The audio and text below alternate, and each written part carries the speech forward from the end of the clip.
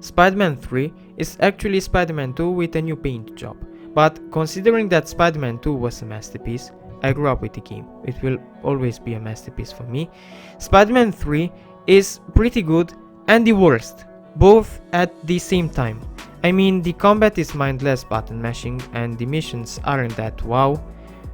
They are rather repetitive and many of them are boring. Boss battles don't really feel like boss battles since they give you a similar feel to the normal button mashing gameplay you do, but this game is a meme goldmine. You can find so many things that are done in such a bad fashion that you just love them. It's love at first sight. Like in Spider-Man 2, you get a lot of activities in this city, and the game follows the movie very loosely, meaning that if you play the game, you have no idea what happens in the movie. And the game has more villains than in the movie. You also fight Lizard and Morbius, the man vampire.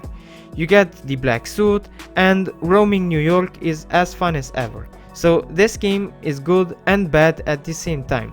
But the bad can be easily overlooked when you see that the game is a meme goldmine. Spider-Man Friend or Foe is a basic beat 'em up.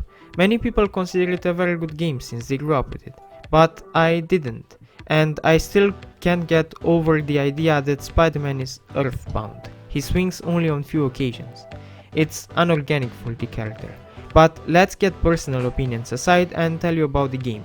So the story unfolds in 7 different locations and you play with 16 different characters. What you see in the video is what you will mostly do in the game, like in the usual beat-em-ups. A nice touch though is the team takedown. You can combine 2 characters and get a screen clearing combo. The game is called Friend or Foe because in this one Spidey works in teams with his foes to protect the Earth, so the foes become friends for this occasion. Overall, it's a pretty standard beat 'em up. If you know the genre, then you know what to expect from the game. And I have to mention that Friend or Foe was not released on PS3, just on Xbox, and Wii and PSP and Nintendo DS and PC, but it wasn't released on PS3. Spider-Man Web of Shadows is for a reviewer a hard game to give a verdict. Why? Well, it's awesome, but you can still count flaws that don't bother you, but well, if you don't like the style of the game, you can put them in the flaws basket. Okay, so when you play this game, never judge the game by its cover. Not in the literal sense, but when you play it, you will encounter bad voice acting, but the type of bad voice acting that is very likable. I mean, those voice cracks or overreacted reactions are fun, even if they sound, well, unprofessional.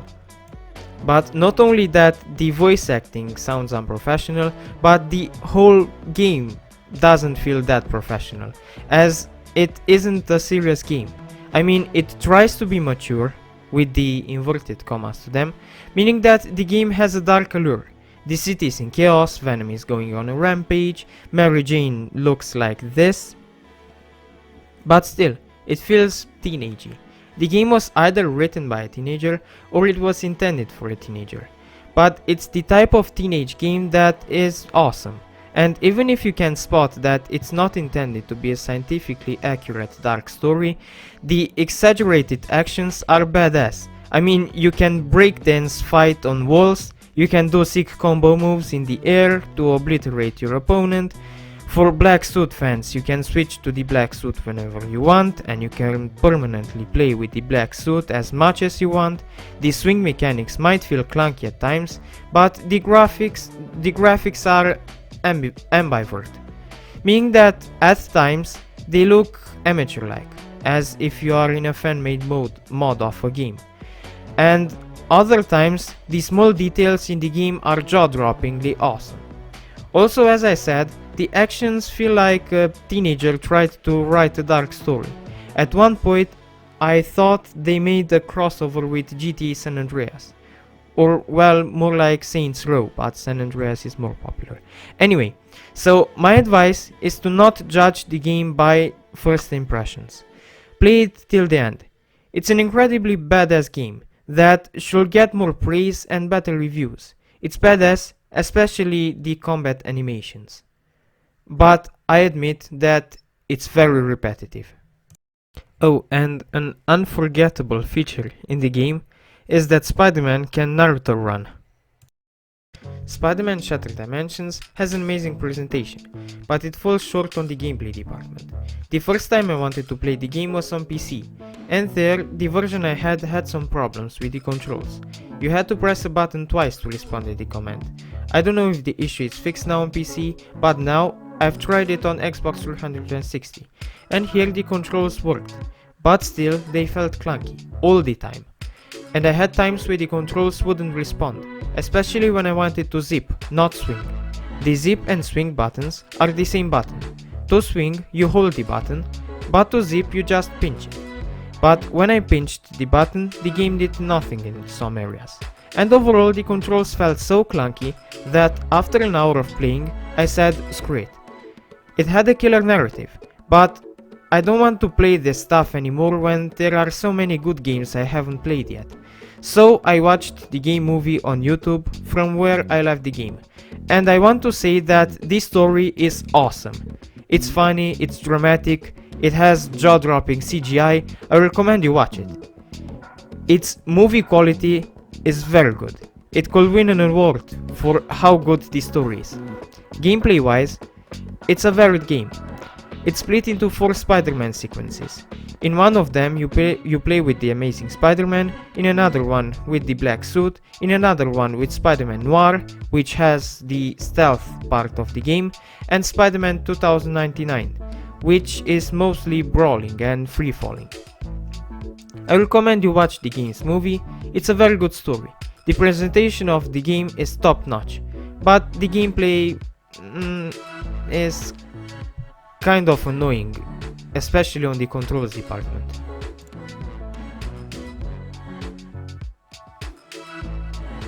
Spider-Man Edge of Time got bad reviews, but I don't understand how. GameSpot calls as flaws that the combat is too simple and the spaces are too confined. To the first one, I want to say that not only you can unlock more moves with points, but right from the bat you get quite a number of moves you can perform. You get a light attack and a heavy attack, plus you can web enemies and zip kick them, and also each one of the 2 Spider-Man you play with has a special ability, which kind of feels alike, but it's unique to have this thing as a permanent power. The Amazing Spider-Man has the Spider Sense, meaning that for a short period of time he's invulnerable to attacks. And Spider-Man 2099 creates a decoy and slows down time, being too invulnerable to attacks when he uses his ability. So you get a lot of moves, and for me the combat never got boring. Also, for the part with fighting in confined areas, just look at the video. Do the spaces look confined to you? They are huge. A part I have to admit though, the tasks you do are kind of simple and stereotypical. Meaning that you have to platform in Spider-Man style, pull switches, avoid obstacles, but even if they are typical tasks, they have enough variety to them to be nice every time. They are not the exact same thing, even if in their core they are the same handful of activities. And the gameplay feels secondary many times, as the true spectacle of the game is its story. The main superstar in this game is not Peter Parker, but Spider-Man 2099, Miguel O'Hara. Okay, you play with both Spider-Man in tandem, but this game features one of the most annoying Peter Parkers. The attitude of Peter annoyed me in this game. But the story is epic, kept me wanting more. I wanted to see how the story unfolds. It was an incredible one. Okay, the science part is debatable, but as a narrative, it was awesome. The graphics were nice. The controls felt clunky at first, but after a few minutes they were comfy and good. It's a game I recommend you play. I liked it a lot.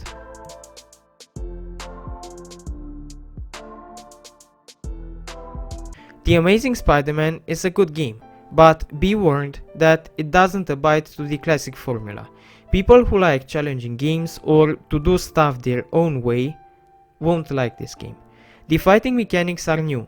Now you have an attack button and a dodge button, and you can web strike with another and interact with another button.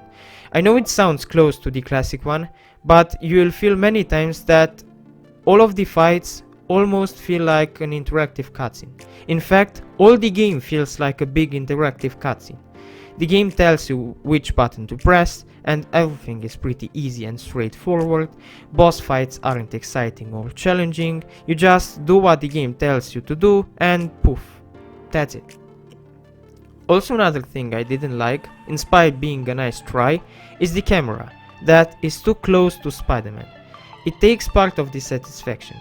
The free roaming, which was usually one of the best features in a Spider-Man game, is now boring. The swinging mechanics don't feel great, and the city is very washed out and doesn't really feature landmarks or anything to give you a little bit of joy when traveling. I don't like the many enclosed areas in the game either.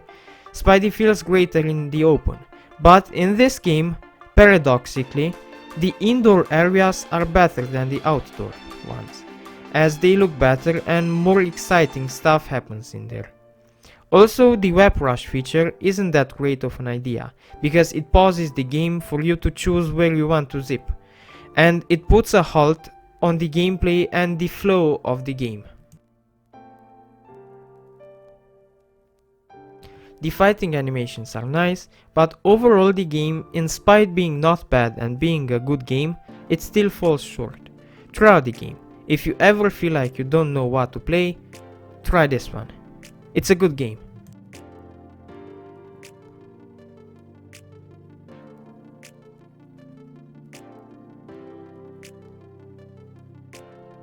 The Amazing Spider-Man 2 manages to make the previous flaws go away, but still, it isn't engaging. The camera is finally in a position where it is comfortable, and the combat doesn't feel like a quick-time event sequence, but like a video game fight. The menus are poorer than in the previous game and look more plain, which don't give you a good first impression. You get sequences where you play with Peter as a civilian, you save Stan Lee. Mission objectives, even though diverse, are kind of boring, but what will annoy you are the swing mechanics. The left shoulder button makes Spider-Man shoot webs from his left arm, and the right shoulder button from his right arm. It sounds innovative, but it will get on your nerves pretty fast. In rest, even if I've told you a list of flaws, just know that it's still a good game. If you're a Spider-Man fan, you should try and play this one too, just to see a Spider-Man game reinvented. Okay, so this was the video. If you liked it, please hit the like button and subscribe, and if you want, follow me on Twitch, Instagram or Discord. I'll have the links to those in the video description. Also, if you want to see another video of mine, just wait till I stop talking and there will be thumbnails of other videos I've made. Thanks for watching.